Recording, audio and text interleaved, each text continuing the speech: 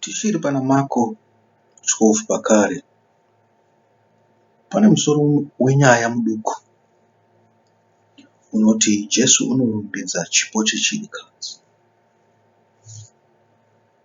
Zvikanzi Jesu unorumbidza chipo chechirikadzi. Iyi nyaya iyi tinoiwana pana Marko 12 kubva pavhesi 41 kusvika pavhesi 44. Chipo.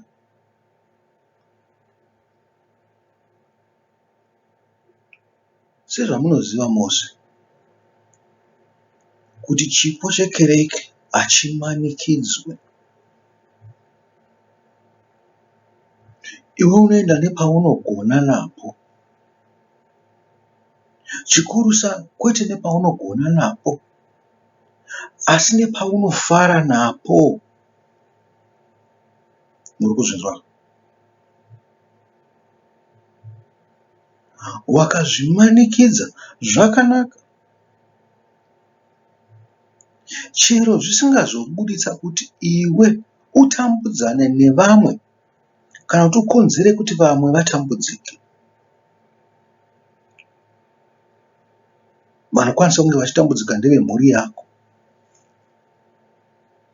vana vako, amai vako, baba vako, hama dzako, madistant relatives ako. Murikuzviona? Nokuti vose vanoda rubatsiro. Kubudirira kwako iwe kwakafanirwa kunge kuri kubudirira kwavo.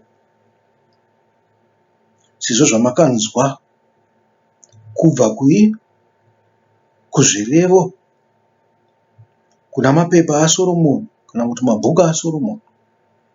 Zvikanzi uyo asingadzidzise mwana wake zvokuita, basa rake raanoita iye pachake, unomuita kuti ave mbavha. Isu hatisi kutaura basa rekuti uri kusenza pakanzuru, rekuti uri kusenza pakambani yemurungu, yekuti uri kusenza muhurumende. Kwete kuti kana makutodzidzisana mabasa epapo, makatarira kuti vana venyu vatore zvinzvimbo zvamunenge munazvo. Munyika ine vanhu vakawanda so vasina mabasa, inenge yatova nepotism. Hazvisinei necompetition,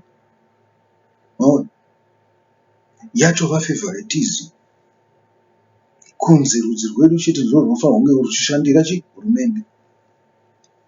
Zvakanga zvisina kunaka munyika dzine upfumi hwadzo, dzinoti anenge asingade kushanda ogara zvake kumba, anenge asingade kushanda ozvishandira pachake. Mazvona? Vanototambudzika kuti vanhu ngavauye kumabasa. Hazvina kushata kuti udzidzise mwana wako trade yaunoita, uchitarirawo kuti kumberi kunenge kwakaita sei. Nekuti mamwe mabasa anotorwa nemamwe mabasa, kana kuti mamwe mabasa anopfudzika akashayika zvachose. Zvinhu zvizhinji zvanga zvakuitwa nemeshini, asi kune mabasa iwawo akanga akuitwa zvinhu nemeshini zvakadzoserwa kugara.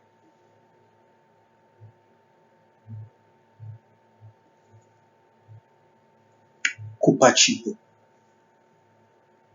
Zvikanzi kupa chipo, unofanira kunge wakasununguka, uchiita nemwoyo wose. Ndokudzoserai kumashoko atakamboverenga mushure.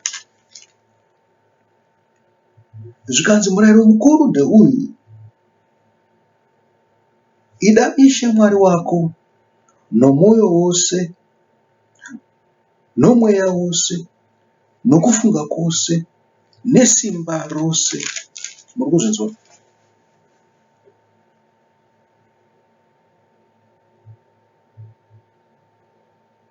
Kuda Mwari nemwoyo wako wose ndozvatingataura. Unomushingairira, unomupa rudo rwako rwose. Naizvozvo dzimwe nguva unenge uchinzwa kumanikidzika kuti umuitirewo chimwe chinhu. Paunopa paya unongopawo zvimwe zviri extra zvokuti sara wakufila kuti apa ndapa yakawanda. Muri kunzwa? Wapa nemwoyo wako wose hongu, asi wapawo kupfuura zvaunokwanisa. Nyange yauri kumupa iri 20% of your salary, wapa pokuti chi wamupa zvose zvaunazvo.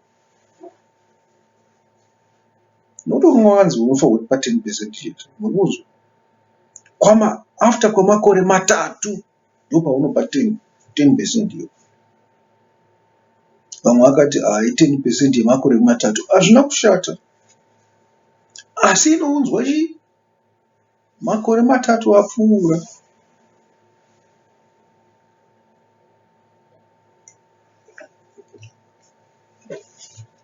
Zvikanzi wo wakapawo wakasununguka. Kana ukapa wakasununguka, nokuti Mwari unoda chi munhu anopa nomufaro. Naizvozvo kana achida munhu anopa nomufaro, tinotaurirawo kuti Mwari unodzosera mumufaro. Kana uchipa nokumanikidzwa, tinotaurirawo kuti Jehovha unodzosera nokumanikidzwa. Muri kuzvinzwa kazvo? Handisi kuti endai mukereke muchindopa makatarira izvozvo, nekuti pane mutemo uripo unotaurwa. Izvozvo kuti Jehovha akukudzosera nokumanikidzwa ndezvekuti ari kuita nemwoyo wake kuti arida kukupa iwewe. Sezvo waita nemwoyo wako kuti urida kupa Jehovha, dzimwe nguva hazvizvo zvaanga akatarira. Pane kumwe kwaakatarira kupa kwanga kusiri iwewe. Nyange zvako anga achiexpecta kuti uchamupa chegumi chake, akakupawo nepaduku paanenge achikupawo. Muri kuzvinzwa? Zvinoitika izvozvo. Kune favoritism here? Handizivi, asi ndinofunga kuti Mwari unopa zvichienderana nekuti unenge uchida kuti munhu azvishandisei. Unenge waona kuti munhu anokwanisa kuzvishandisa zvakanaka. Isi hatisi kutaura kupuhwa kunoita vanhu vaya vari mucorruption vehurumende venyika. Vose vanozviti macelebrity vehurumende. Makororo aya, hapana Mwari paanoapa zvinhu zvezvo. Vakungobirawo zvavo. Vanhu vakanga vakafanira kuenda kujeri, havasi kutevedzera zviri pamutemo. Isi tiri kutaura kupa chaiko kushanda cheziya. Unoziva kuti kana chigara chitaura cheziya nechitaura shoko raMwari, mupabatisise pamwe. Naizvozvo kupa ukuku kuri kutaurwa kwekupa kutembe mari, kungava kuchireva kuti kupa kwezvomweya kwete kwemari.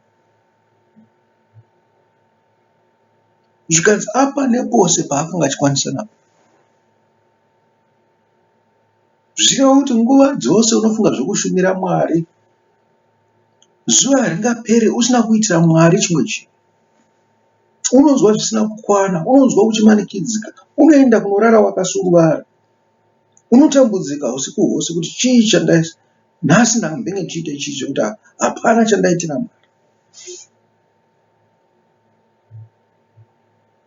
Kupana pose hazvinyatsoreva kuti unenge uchipa 100% yezvinhu zvose, kuti mari yako yose yawatambira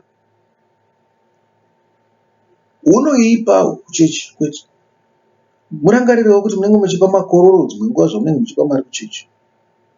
Nokuti kazhinji mari iyo haisi kumboshandiswa zvibasa raMwari, iri kushandiswa kupfumisa vamwani nekutanga mabhizinesi avo nokuita zvavo zveupenyu hwavo.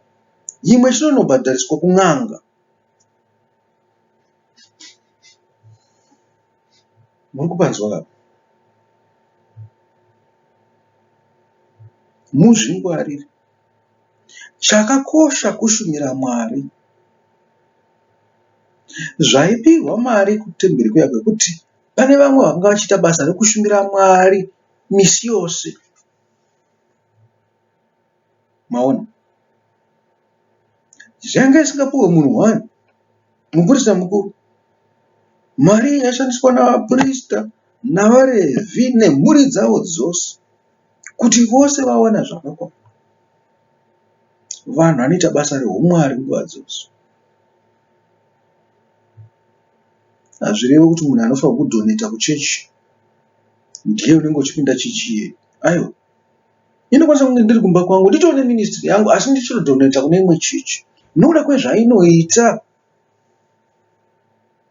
Kana ndichiona kuti ava vanhu vanoshandira Mwari, vanoita zvakanaka, ndotodhonetawo. Pandinenge ndatopuhwa chegumi nevanhu vanondinenge ndichishumira vanhu, ndotonopawo kune imwe chechi yandisingapinde, yandisingazive kana mukova wayo. Asi ndichiona kuti vanhu ava vari kuita zvakanaka mukati menharaunda. Vanhu vari kushumira Mwari, vanhu vari kuita basa raMwari. Naizvozvo ndinozoona dzimwe nguva ndichingofamba, ndichingozvifambirawo zvangu, zvongonzi batai nababa baba. Wotovhura wotoona mazakwatira, mahombe, manotsi mahombe, kwete maduku-duku. Wotoshayiwa kuti koma kumunondipirei mari? Ini ndiri ministry yangu haizi yemari, handitoshandisa mari kuita zvandinoita. Of course pane zvimwe zvinoda kutengwa zvazvo, hongu ndinoda mari kuti ndishandise pane zvimwe zvinhu zveministry. Asi haizi yekuti ndigare zvakanaka ini mari yandinenge ndichipuhwa. Imwe yacho inopedzisira yatoo madonation kune mamwe machechi ari kuita basa raMwari. Ini ndiri kupuhwawo nekuti ndiri kuita basa raMwari, vanhu vari kuona kuti ndiri kuita basa raMwari. Ndo pane chegumi chaMwari paye. Zvikanzi vanhu vaenda nechegumi kutemberi, vaipa zvipo kutemberi, asi naivo vaprista navarevhi vaya vakanga vakafanirwa kupawo chegumi zvakare kutemberi kubva pane zvavanowana. Uri kuzviona? Ini ndiri kupa kuchechi, imwewo chechi kwete temberi. Pane machechi miriyoni pasi pano. Asi ndiri kupuhwawo. Dzimwe nguva vanhu vari kutondipa vanotopinda dzikereke idzodzo, handitoziva kuti ndiyani ari kundipa. Muri kuona manje? Ndotongoziva kuti uyu munhu, kana ndikaona munhu baba vanondibatsira, vakatongondiona ndichifamba vachandipa lift, vachatondibvunza kuti ndadye chii, wondipa kana mari yelunch. Muri kuona manje? Amai vandakasangana navo vanotondipa something. Nhasi ndatengerwa maunderwear, nhasi ndatengerwa mavhesi, nhasi ndatengerwa shirt, ndatengerwa bhurukwa, ndatengerwa boots. Muri kuzviona? Zvinhu zvausina kukumbira. Uone kuchingofamba zvako nemarengenyaya ako iwo wakabouka saJeremia, wakafamba usina hembe. Vanhu vachitoverenga magaro ako kuti une tu. Muri kuzviona? Asi kunobva zvinhu zvako hauzivi kuti ndikupi.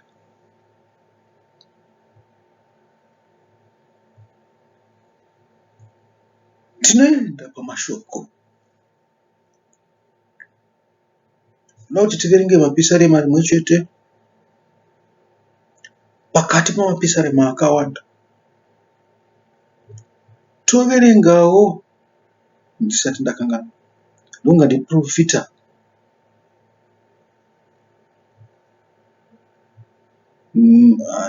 Ndimika here, ndiZakaria kana kuti ndiMaraki. Tichaenda ikoko. I think ndiprofita Zekaria kana kuti Hagai.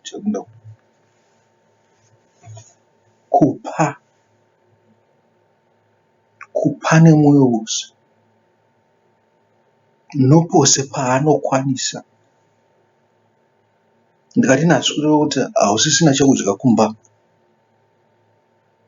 uri kunzi wapa 100% iwe wapa 20% of mari yaunotambira. Pamari yaunotambira ipayo uchatoshandisa zvepamusha ukatosara neimwe. Asi Mwari ari kuti wapa zvaunga uchirarama nazvo zvose.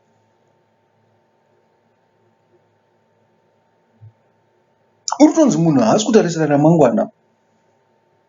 Mangwana anokwanisa kubudiswa basa akayaura akakwangwaya nemhuri yaanayo. Mwari ari kuzviona izvozvo kuti ana ningi vari bhizi kuinvesta mari dzavari kutambira idzi, vari kuisa mubhanga. Zvinoitika izvozvo, wapa nepose paunokonesa. Ngativerengere zviri mumavhesi iwayo. Sotanga nekunama Pisarema.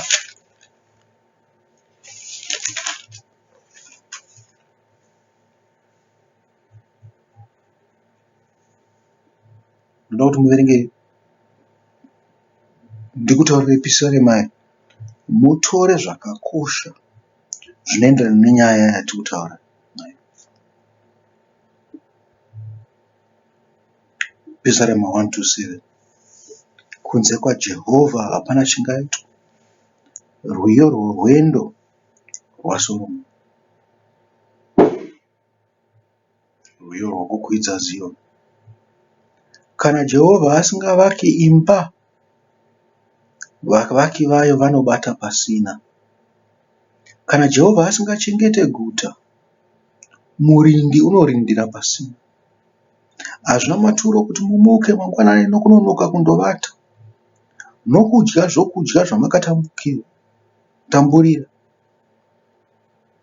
nokuti unopa vadikanwa vake izvozvo vavete.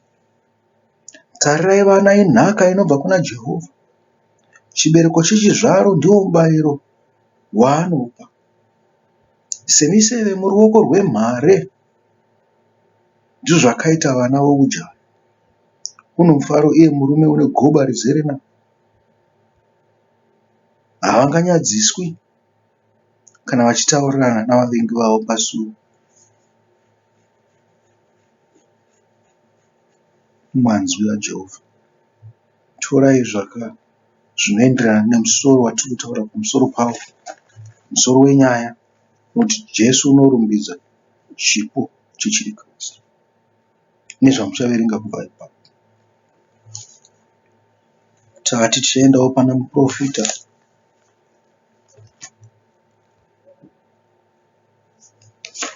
Tikati tichienda pana maprofita okupedzisira,